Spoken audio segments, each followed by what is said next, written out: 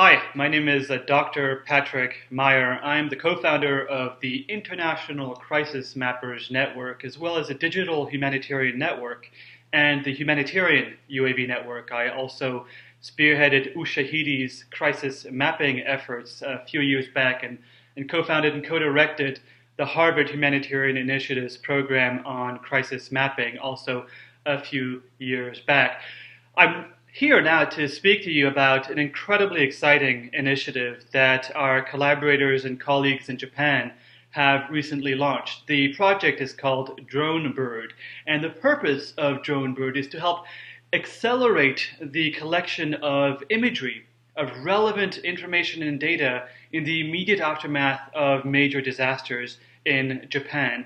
And I've got to say that the approach that my colleagues in Japan are taking with respect to DroneBird is incredibly innovative, very exciting, and in fact, as far as I'm concerned, is a model that we should all be thinking about replicating in other disaster-prone countries around the world. You see, the purpose of the initiative and the way that they're going to be executing it is really, really pushing the envelope.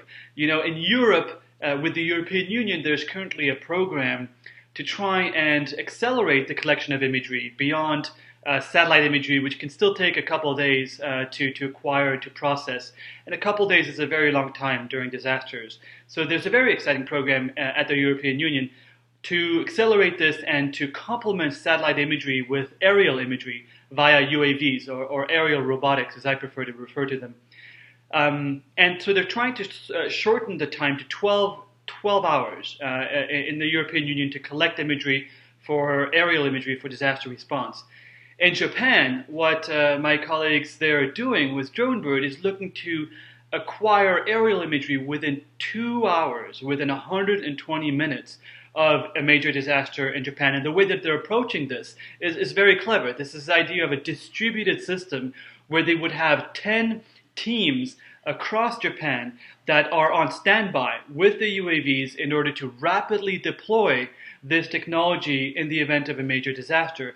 And the approach here is really smart as well because they're taking a very preparedness approach to have all the contingency planning in place beforehand so that when a disaster does happen in Japan, everybody knows what to do, how to operate the aerial robotics platforms, how to collect the imagery, where to share the imagery, how to analyze the imagery, and how to share that analysis as quickly as possible with first responders in Japan. I think it's an exciting model. It is unique.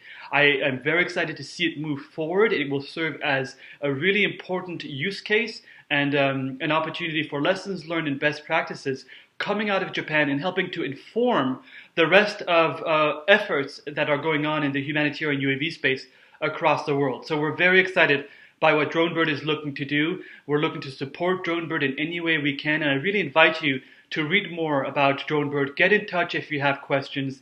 The team in Japan is very approachable. They'll get on a call with you. They'll answer your emails if you have ideas, questions, and suggestions. So please take a moment to learn more about DroneBird. Lend your support. Again, we're really excited to see this move forward. Thank you.